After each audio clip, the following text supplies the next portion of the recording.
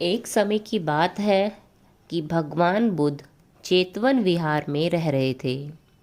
भिक्षु चक्षुपाल भगवान से मिलने के लिए आए थे। उनके आगमन के साथ उनकी दिनचर्या, व्यवहार और गुणों की चर्चा भी हुई। भिक्षु चक्षुपाल अंधे थे। एक दिन विहार के कुछ भिक्षुकों ने कुछ मरे हुए कीड़ों को चक्षुपाल की कुटी के बाहर पाया और उन्होंने चक्षुपाल की निंदा करनी शुरू कर दी कि चक्षुपाल ने इन जीवित प्राणियों की हत्या की है। भगवान बुद्ध ये सब देख रहे थे। भगवान बुद्ध ने निंदा कर रहे उन भिक्षुओं को बुलाया और पूछा कि क्या तुमने भिक्षु को कीड़े मारते हुए देखा है? उन्होंने उत्तर दिया, नहीं। इस पर भगवान बुद्ध ने उन साधकों से कहा कि जैसे तुमने उन्हें कीड़ों को मारते हुए नहीं देखा, वैसे ही चक्षुपाल ने भी उन्हें मरते हुए नहीं देखा और उन्होंने कीड़ों को जानबूझकर नहीं मारा, इसलिए उनकी भर्त्सना करना उचित नहीं है। भिक्षुओं ने इसके बाद चक्षुपाल के अंधे होने का कारण पूछा।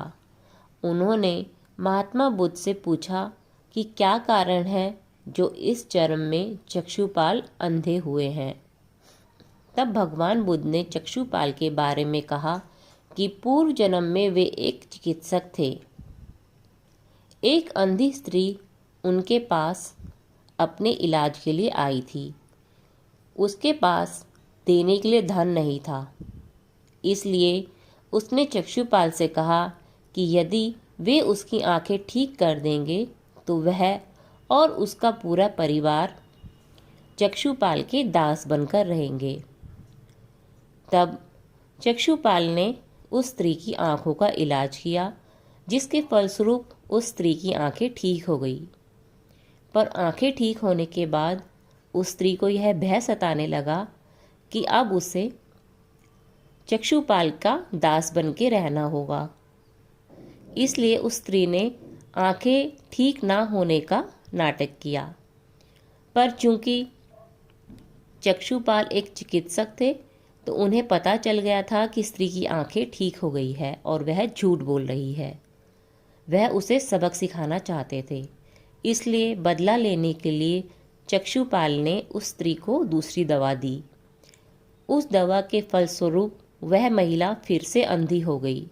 वह बहुत रोई, गिड़गिड़ाई, किंतु चक्षुपाल का जी जरा भी नहीं पसीजा। इस पाप के फलस्वरूप अगले जन्म में चिकित्सक को अंधा बनना पड़ा।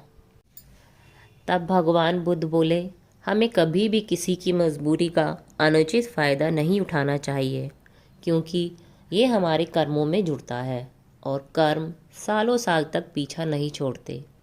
हमेशा अच्छे कर्म करो और किसी की भी सहायता बिना किसी अपेक्षा के करो। यही सच्चा और सत्य मार्ग है।